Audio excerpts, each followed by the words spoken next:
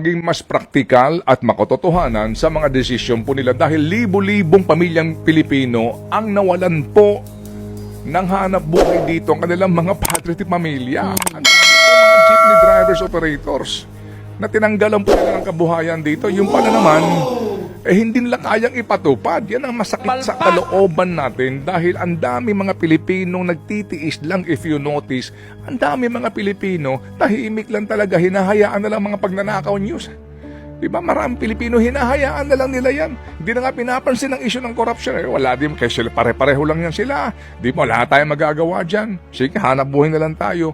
Yun po Pero yung nga po, ito pa sila ang pinagmamalabisan sa pamamagitan po ng pagtanggal sa kanilang kabuhayan at pagbibigay oportunidad sa mga may kapangyarihan at may koneksyon na silang kumita.